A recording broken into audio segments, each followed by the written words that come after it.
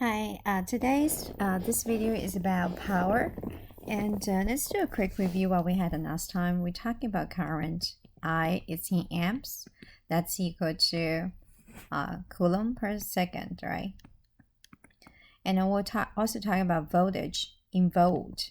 One voltage is the potential energy per coulomb drop. Now, power. What's power? Power is equal to energy output per second of time, so per time.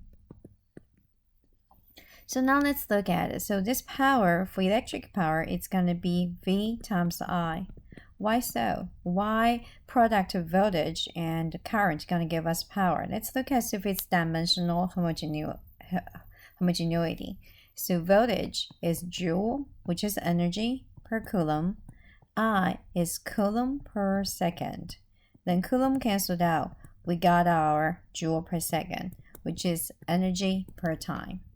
So now we have a formula for power. Power is going to be V times I.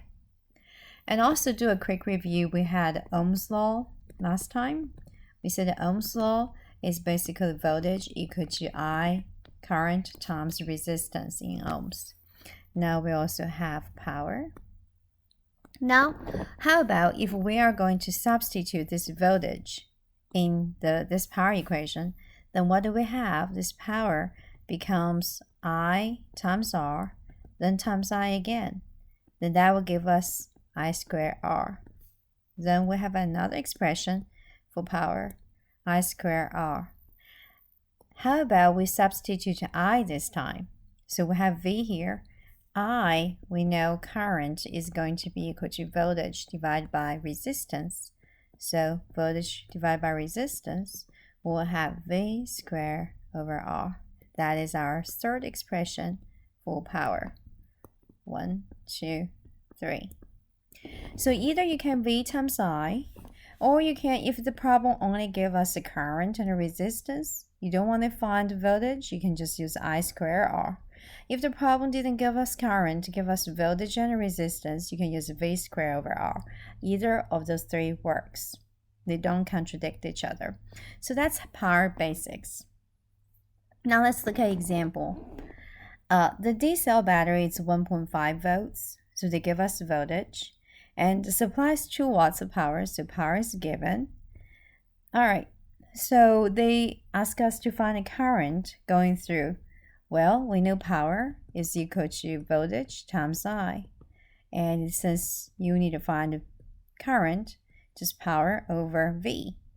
So we have 2 watts over 1.5 volts. Then that will give us this number, 1.3 repeating amps.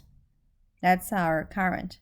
Then they want us to find the resistance. There are many ways you could do that. Here you can use Ohm's law. Because you already know V, it's 1.5 volts, and you just calculate the current, right? 1.3 amps. So you can go ahead and figure out the resistance. Voltage over I, 1.5 volts over 1.3 repeating amps.